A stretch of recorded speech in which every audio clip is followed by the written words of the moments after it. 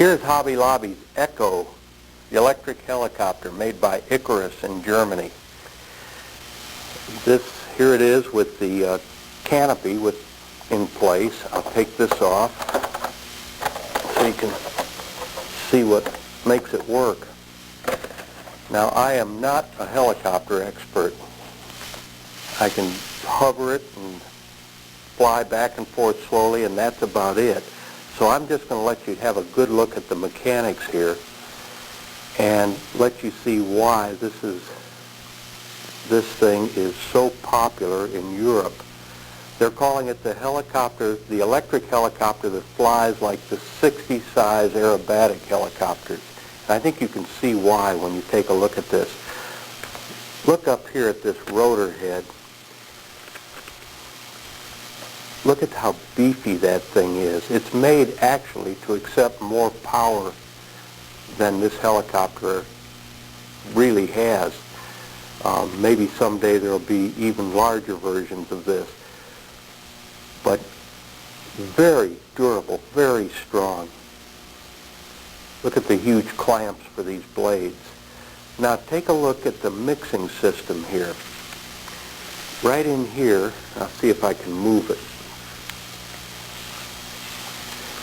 This mixing system is called CCPM, or cyclic collective pitch mixing. And this is for a radio that has electronic mixing. If you don't have that kind of radio and just have a simple airplane radio, every Eco helicopter also includes mechanical mixing. So it comes either one. They both come with the helicopter.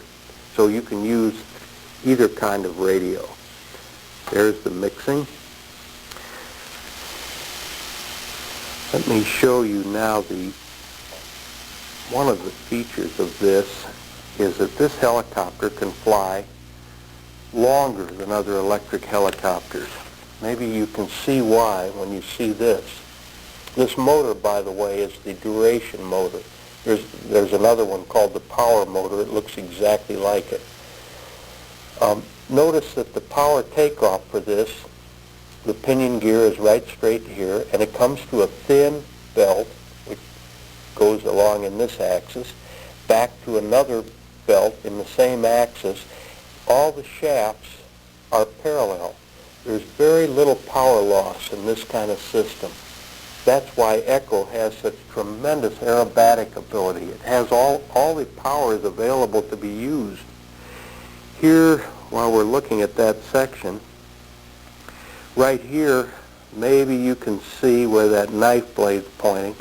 Here's the belt that drives the tail rotor. There's a long belt that goes through the tube. This is the lowest drag way of driving a tail rotor there is. While we're at it, take a look at the frame here. We say you could assemble this, I think in the catalog we say you could assemble it in 2 hours. Well, it'll take longer because you're going to have to read as you go. But you see that all the parts, they're injection molded, they're made, they're ready to use, you just bolt them together. Also, they are very durable parts. You notice they'll bend and give a little, but they don't break. Take a look at these landing gear. When I bend them, look at that. Nothing's cracking, nothing's breaking. It'll take abuse. We saw one hit I forget what it did. It hit a tree or something and fell about 4 or 5 feet to the ground. No problem. Set it upright and take off again. The battery goes under here. Goes in here where these rubber bands are. They're actually O-rings. And you can move the battery fore and aft to change your balance. And if you hit hard, the battery would snap right out of there. Very simple structure, beautiful engineering. The designer is a helicopter champion, so he knew what he was doing. What else can I show you on this thing? Let me show you the tail rotor. No, before that, look at these fly bar blades. You think somebody hasn't done his engineering on this? I don't know if you can see the airfoil, but to me it's very odd. I don't know the reasons for it. I see an undercambered effect along the bottom, And I see the same thing in the tail rotor. Let me hold this still enough so you can see it. In the tail rotor blades, perhaps you can see it there. This is undercambered here. Very unusual blade design.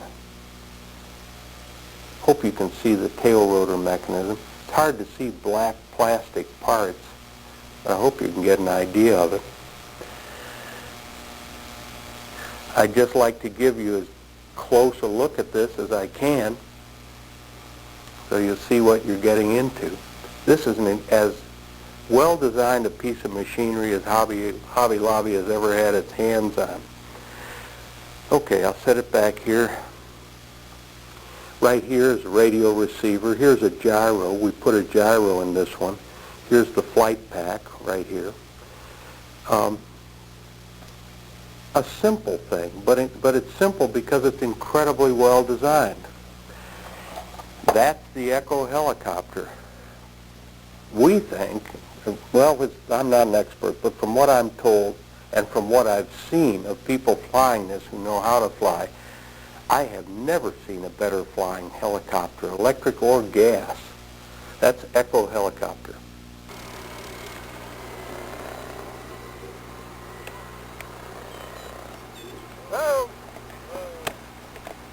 Looks like the only parts that are damaged are these two this side frame piece here, and it broke here and here where the landing gear mounts are. Same thing on this side. Got a break here and here where the landing gear mounts. Here's the landing gear for it. Broke a couple of pieces off of it. And other than that, the rest of the frame looks intact. Motor's still hooked up, belts are still on, tail boom sustained no damage, and most importantly, the rotor head's all intact. Nothing in here, no radio equipment is damaged. What do you figure, an hour to fix it? Probably more. Probably an hour, yeah, to take the stuff out and put new side frames on it. Largest time would be putting in the servos into the things, and that's it. Yeah. Not bad.